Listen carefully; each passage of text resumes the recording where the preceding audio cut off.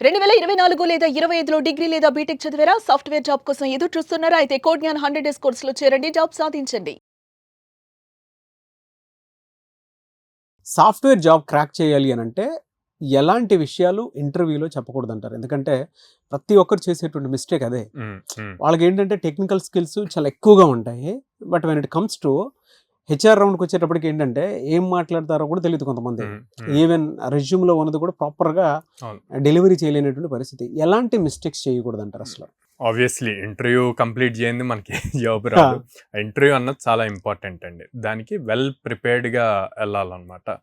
So first attitude important.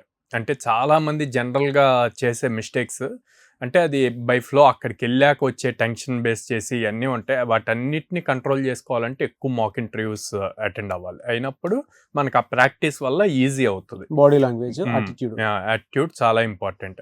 యాటిట్యూడ్తో వాళ్ళు ఏం చేస్తారంటే జనరల్గా అక్కడికి వెళ్ళినప్పుడు ఇంటర్వ్యూ రూమ్కి వెళ్ళినప్పుడు డోర్ పర్మిషన్ తీసుకొని లోపలికి వెళ్ళాక మళ్ళీ అక్కడ కూడా పర్మిషన్ ఇవ్వాలి వాళ్ళు, లైక్ కూర్చోటానికి. మనం అట్లా వెళ్ళిపోయి డైరెక్ట్ చైర్ మూవ్ చేస్తారు అనమాట.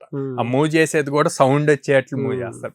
సో ఇవన్నీ ఏంటంటే ఇంటర్వ్యూర్ అబ్జర్వ్ చేస్తారు, మీ ఎట్లా ఉంది యాటిట్యూడ్ అన్నది కీన్ అబ్జర్వేషన్ ఉంటుంది అనమాట. సో అట్లా జరగకుండా చూసుకోవాలి ఫస్ట్. సెకండ్ థింగ్, మీ కమ్యూనికేషన్ ఇంపార్టెంట్.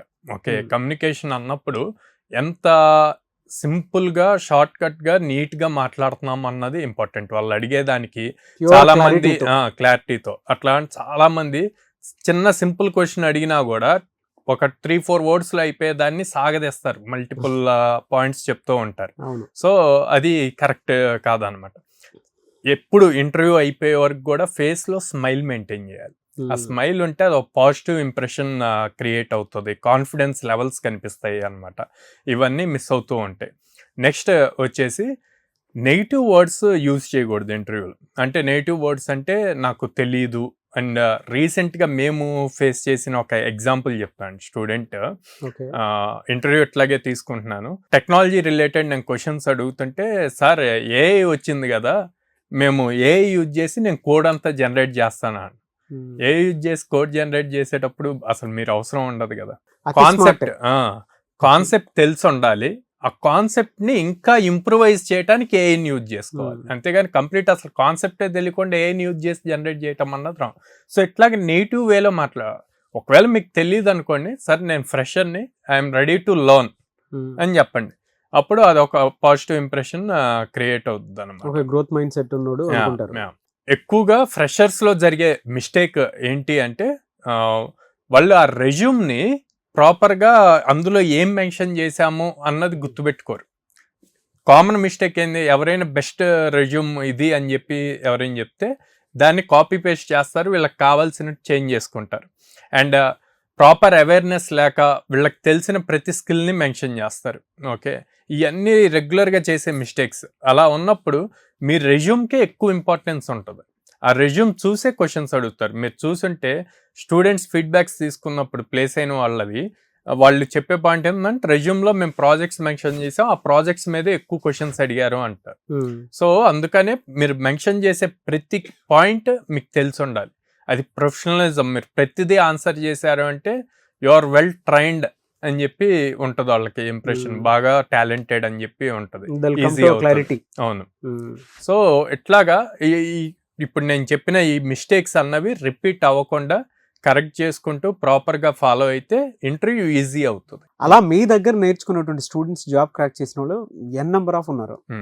అలాగే ప్రతి ఒక్కరికి కూడా, అంటే బయట కోచింగ్ తీసుకున్నా కూడా మీ దగ్గరకు వచ్చి జాయిన్ అయ్యి అట్లీస్ట్ ఈ సాఫ్ట్ స్కిల్స్ నుంచి అండ్ మీ దగ్గర అవకాశాలు అయితే ఎవ్రీ మంత్ ఒక్కొక్క 20+ చూపిస్తున్నారు. కాబట్టి వాళ్ళు బయట నేర్చుకుని కోడింగ్ అదంతా బయట నేర్చుకుని మీ దగ్గర కనీసం ఉద్యోగ అవకాశాల కోసం వద్దాము అనుకునేటువంటి వాళ్ళు ఉన్నారు.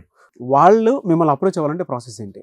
సో అట్లాగే ఎవరైనా ఆల్రెడీ ట్రైనింగ్ అయిపోయింది, మేము స్కిల్డ్ కానీ మాకు ఆపర్చునిటీ లేదు అంటే గనక వీళ్ళకి మనం ఒక టెస్ట్ కండక్ట్ చేస్తామండి. వాళ్ళు రియల్గా టెస్ట్ పాస్ అయితే అప్పుడు మనం ఓన్లీ జాబ్ ఆపర్చునిటీస్ కూడా ప్రొవైడ్ చేస్తాము. సో అలా కూడా అప్రోచ్ అవ్వచ్చు. ఎన్ని ఇయర్స్ జాబ్ ఆపర్చునిటీ ఇస్తారు? సో వాళ్ళకి ఫ్రెషర్ ట్యాగ్ కంప్లీట్ అయ్యే వరకు సపోర్ట్ చేస్తామండి.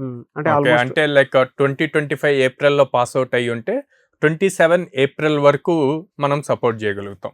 ఓ అదే. అప్పటి వరకు అప్పటి ఉద్యోగ వరకు అవకాశాలు కల్పిస్తూనే యా ఉంటారు. యా ఫ్రెషర్ ట్యాగ్ ఉంటుంది కాబట్టి అప్పటి వరకు మనం సపోర్ట్ చేయగలుగుతాం. ఎలా సార్ మిమ్మల్ని అప్రోచ్ అవ్వాలంటే?